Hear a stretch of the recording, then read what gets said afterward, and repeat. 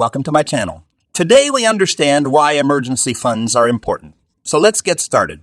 Financial emergencies can strike anyone at any time. Whether it's a sudden medical expense, a job loss, or a home repair, unexpected costs can cause financial stress and anxiety. That's why having an emergency fund is crucial.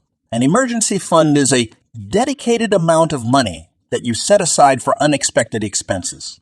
This money is separate from your regular savings and should only be used for emergency. Building an emergency fund may take time, but it's worth the effort. Having an emergency fund can help you avoid high-interest loans or credit card debt that can quickly spiral out of control.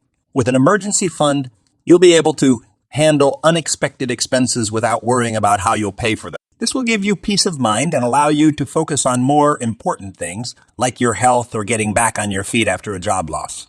So start building your emergency fund today. Even if you can only set aside a small amount each month, it's better than nothing.